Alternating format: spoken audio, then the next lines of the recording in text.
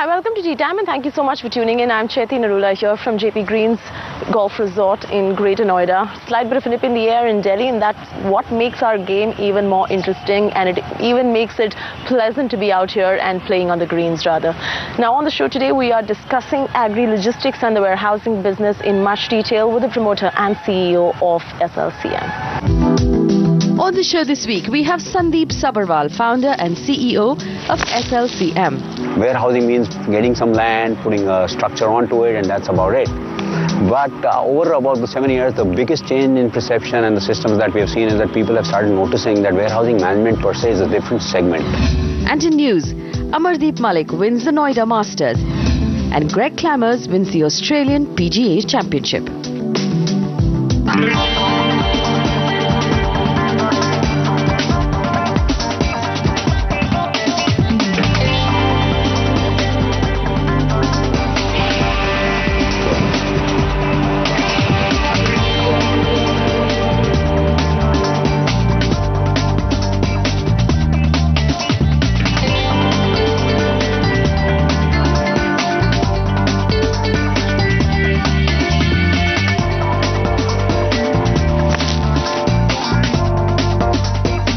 Sandeep, welcome to Tea Time. Indeed, pleasure to have you on the show. Hi, Chaiti. Thank you. Your journey began many years ago, and today, of course, you've built a stellar company. First things first, there's a buzz around in the market likely to go public very soon. How true is that statement? Chaiti, SLCM as a natural evolution of any corporate would definitely look to go public, but then timelines are still yet to be decided.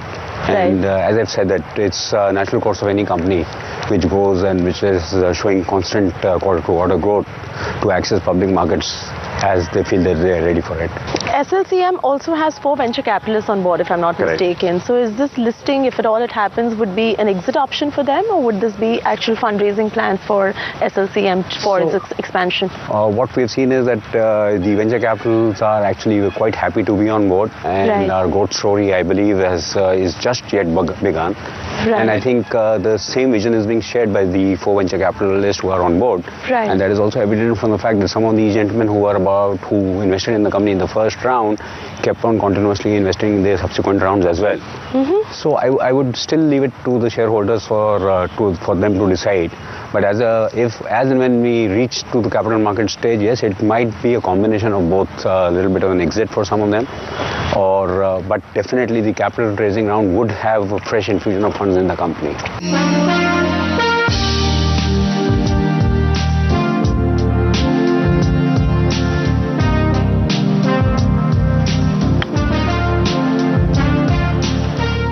You've got procurement, warehousing and agri-finance all under one roof, really. How does that work as a company with a single window and a one-stop shop to all 3 services? So for me to answer this, I'd like to take you through the dynamics of the Indian agriculture market. Absolutely. Is that you see the Indian agriculture market is quite fragmented as we know it.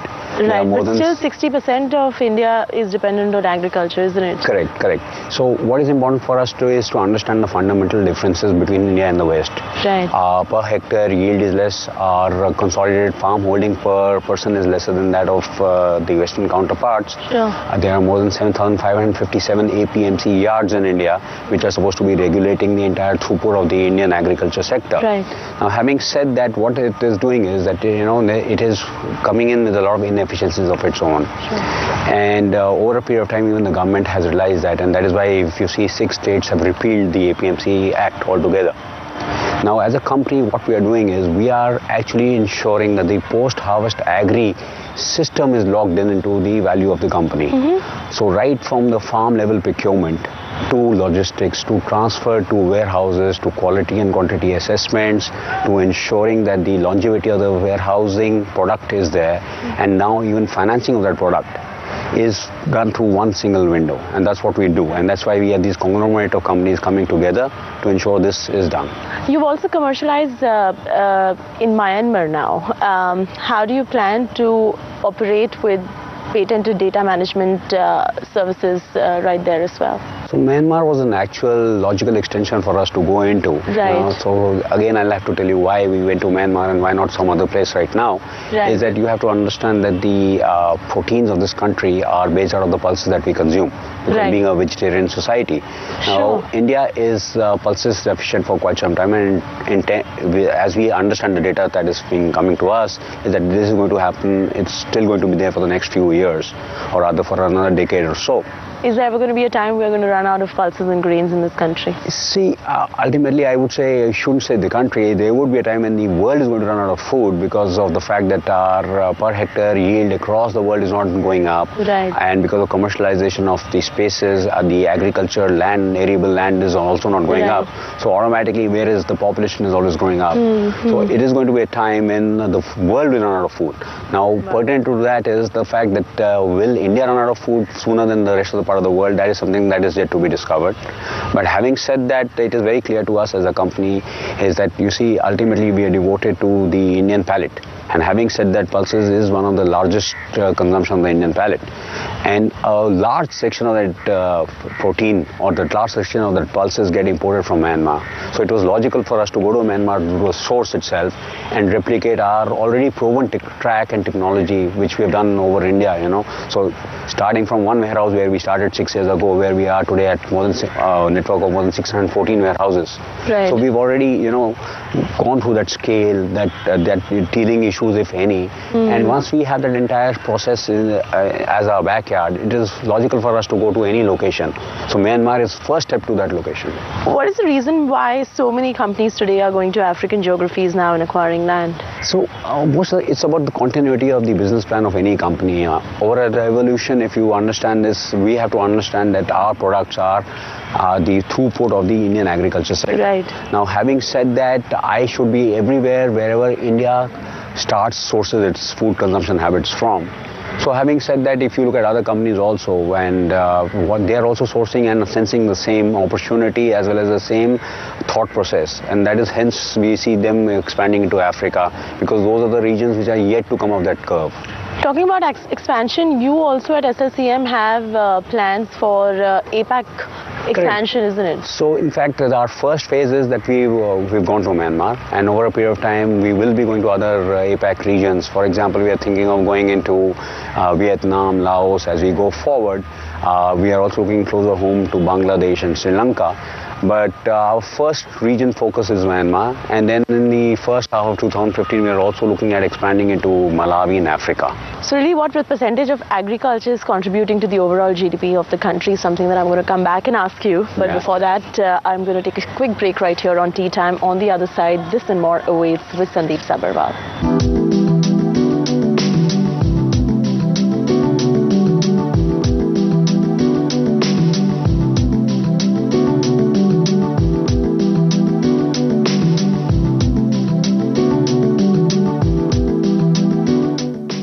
As the country is going into a new era itself, and with the new policies coming up, we do believe that there's a renewed interest in the sector. Right. There's a renewed scientific thought processes that are coming across.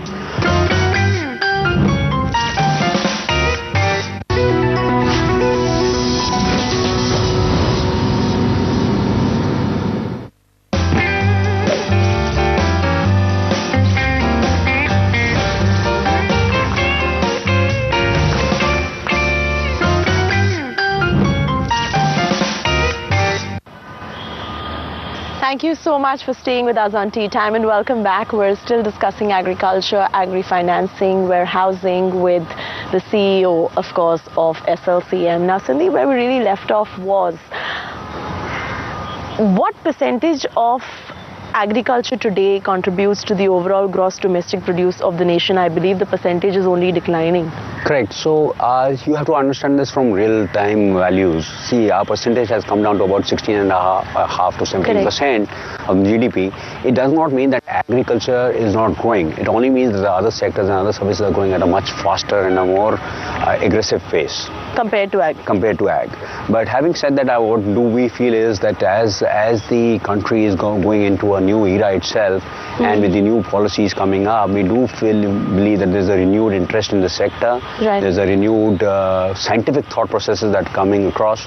So one of the major issues here would be that, more welcome step that I saw in this budgetary speech itself was when the finance minister said that I am allocating such an amount of money to scientific storage. For the first time we heard a word called scientific storage. Really? And that actually shows a marked movement for people to understand that yes, agriculture is not about infrastructure. It is a lot about scientific processes that go behind those infrastructure. Let's discuss agri-finance now. How much of that is existing in India right now? Do we need to scale it up to another level? I believe you've also recently forayed into the agri-finance and credit loan facilities as well. Correct. At SLCM. So, see, you have to understand, Chetty, that agri-finance was always available in India. It's not that it wasn't available. But the difference is that, it was basically taken as the domain of the public sector banks or the other banks as such. It was never privatized. It was never privatized. Right. One is that. Second important thing is that the culture required to do agri-financing has to be a little different from a banking forte. Correct. When you say banking forte, what I'm trying to say is that even today, when banks are financing, especially against warehouse receipt financing, they are looking for collateral managers to ensure the quality and the quantity. Now that itself reduces the kind of dependency on their own inwards and their own thought processes and adds to the cost towards finance. Now when you're talking about agriculture, all costs that go towards a final throughput product is detrimental for everybody, for the consumer, for the farmer and so on and so forth. Because you're passing on the cost increases to the end consumer. Correct, right? correct. Yeah. So what we thought and what we saw over a period of time is that if a warehousing collateral manager themselves who have the wherewithal of actually ensuring that the crop is kept properly, they have the ability to assess the value of the crop, it would be logical extension for them to actually start supplying the credit. Right. Which we as a company started or commercialized on 1st of April of this year itself. How important today is warehousing in the overall scheme of things? Is enough being done? Are there enough players in the market who are taking care of warehousing and the supply chain logistics problem which exists in our country, which is one of the biggest problems in commercialization these days? Is that being taken care of? Are we still losing a lot of harvested crops in due to poor supply chain logistics here in India? So warehousing till now has been taken in from a very different perspective and a very different light. We've been talking about warehousing in the past decade in terms of infrastructure creation. Correct. So, whenever you talk about warehousing, and especially 7 years ago when I started this group, is that we used to talk about warehousing management services and people used to laugh at us. They used to say, what is this gentleman talking about? Warehousing means getting some land, putting a structure onto it, and that's about it. But over about the 7 years, the biggest change in perception and the systems that we have seen is that people have started noticing that warehousing management per se is a different segment. Right. And having said that, post-harvest agri-logistics is a culmination of a lot of things coming together to perform the task. Warehousing is one part of it. Agri-logistics in terms of movement of trucking and freighting is another part. Then the culmination of the processes to ensure the longevity of the crop during the tenure of the storage is another issue for it. And finally, obviously, the credit facilities. And it becomes very pertinent that India itself has only 2 cropping cycles, the Rabi and the Kharif. Correct. Whereas our consumption is pretty much uniquely staggered over the entire year. So automatically what it means is that not only do you require warehousing, but you will require credit behind that. Right. And that's what is the entire game, and the segment is all about. Now, having addressed this, I do not think that there are enough players in the segment. Not from a perspective of just the number of players, but also from an understanding of the players. Second important thing is that if you look at the entire players, there are very few organized players. So let's talk about SLCM itself. Our throughput is at about 6 million metric tons in a year. India on dry food grain basis itself produces 250 million metric tons. Right. So all of us put together, we are not even scratching the surface. The tip of the iceberg as of yet. So I think there's enough room for a lot of new players to come in. I think there's enough room for all of us to expand even further. Talking about government administration, are the policies favorable today for warehousing and supply chain logistics in India today? So we've seen a lot of policies doing changing and acting towards the betterment of this entire sector, including certain tax ops that have been coming in. But a lot is yet to be done, and we are very hopeful for that with this new government in place, this would be addressed over a period of time. Right, and you just mentioned right now that there aren't too many players in the market, especially it's not about creating infrastructure, but organically realizing that you need the right kind of talent and the scientific processes to come in. When you started SLCM, was this one area that you tapped as an entrepreneur and said, this is where I can capitalize on, and this is where I believe that the growth potential lies, because obviously there aren't too many players in this space? What was the whole idea behind you? Was it passion? So it was having business potential? It's somewhat of, identifying the need and then going after the need. Right. So you don't create the need. Yeah, we don't. You address the need. We address the need, and that's the whole beauty of the entire segment that we are operating out of. That the need was inherently there and it was staring at everybody's face. But the difference was that people are not looking or addressing that need. So people used to talk about that I have a warehouse at such particular location and I need to fill it up. But the crop is on a different location. So there are two different things that we're talking about. There's a need for the crop to be stored, which is at a different location, and there is a need for this infrastructure to also be served. What do? We connect that. Correct. And that's what we do. We are saying that whether the crop is in X part of the location and the warehouse is in the Y part, we don't require the warehouse. We require the SOP, the process, and to ensure that the process is followed, so that the same stocks can be stored where they are. Whether it's an archaic warehouse, it's an open field, it's a plinth, and yet give you the same kind of processes that you require and you acknowledge from a developed country. So you've just connected the dots over there. Now what we need to do is connect the dots as far as our game is concerned. Let's play a chip shot and we continue talking. Come. Sure.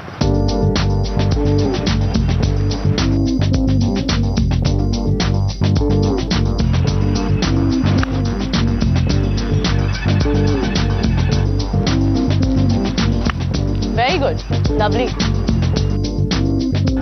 With that, let's take a quick break right here on Tea Time. When we return, we stay in conversation with the promoter and CEO of SLCM and continue our discussion. Take a break. We'll see you on the other side.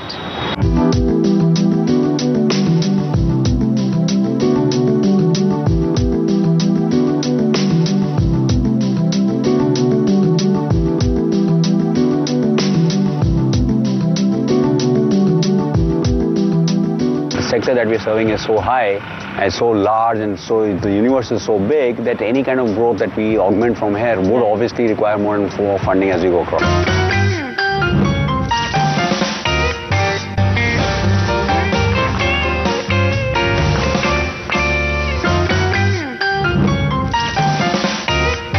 Thank you for staying with us on Tea Time and welcome back. Now, where we really left off was talking about the regional imbalances as well that we are creating.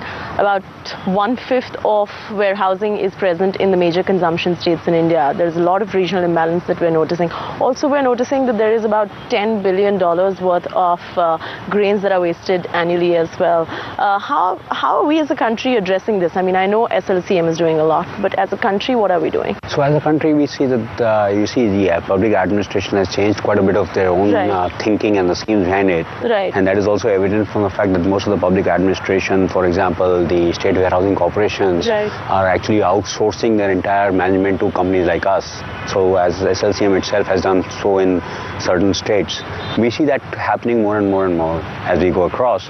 And that is they are acknowledging the gap between what they know and what is supposed to be done on the ground. And I think the awareness for any new change to come, awareness is the first fundamental behind which anything is going to happen. I think we've already achieved, SLCM has achieved that, and so has this country. SLCM is also growing at a compounded annual growth rate of about 65% thereabouts annually, isn't it? What are you attributing such stellar growth rates to? Being one of the only few in the business, is that right? One is that, as I said, that we're not making any demands. We are just catering to a need. And since the need is very large, as I've said, 250 million metric tons is what India produces. So obviously the need is humongous. And having said that, when I said that we have been going at 60% plus on an annual basis every year now for the last 5-7 years, I wouldn't say that I'm assuming, but I actually know that we are going to keep on leaps and bounds. But this is still dwarfed to see from the environment that we are trying to serve. So it's interesting because when you started off as seed capital of like 17 lakh Indian rupees, and that's about it. And today, look at how you've grown. How's the journey been? And How difficult was it for you to start off with 17 lakh worth of seed capital and today generate a top line of about 1100 crore rupees? So it was very difficult because what was happening is that when we started with 17 lakhs of seed capital, the first thing that we needed to change was to change ourselves. The first problem is that, you start addressing that this can be done. And it's not something which is not doable. Second important thing that I need to attribute this is that, also demonstrated over a quarter-to-quarter performance to people that yes, any capital that you put into such a venture will come back with a decent return on capital. Right.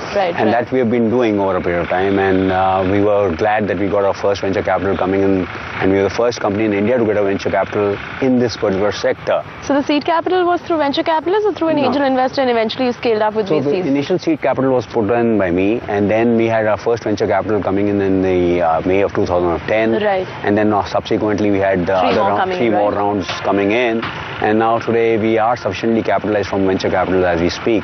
Right. But as I said, that the sector that we are serving is so high and so large, and so the universe is so big that any kind of growth that we augment from here would obviously require more and more funding as we go across. On a lighter note, when do you plan to take on this game seriously?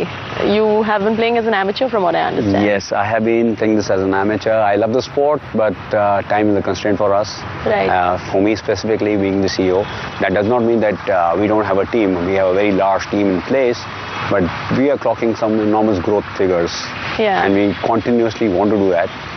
So I believe that, yes, I'll have to manage it somehow. There are a lot of rules by which most entrepreneurs do live their lives. And of course, if you've been able to create such a wonderful business for yourself, there has to be some level of determination, some level of regimented lifestyle that you must be following off the green as well. Could you throw some light on your lifestyle? So one big rule that I have is that, Sunday is a complete off. It's a complete off for me. In fact, I completely switch off, and I am connected with my family and my son, and I try and devote as much time as I can. And then also the other regimental rule that I brought in is that, I've started taking short vacation breaks. Call it power breaks or whatever you'd like to. You don't take an annual vacation, but shorter ones? Yeah, so I take, a couple of shorter vacations and try and club them with holidays that are already available to us as a company. Though, let me also tell you that as a company, we're working 365 days, 24 hours. So we don't have a break. It's the nature of the business. So we're not closed for any day as such.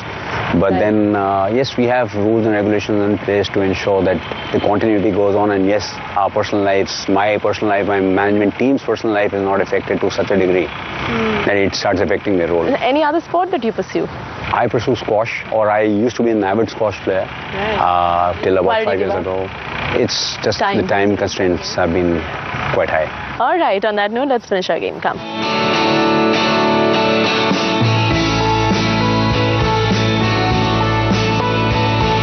Oh, lovely. Lovely.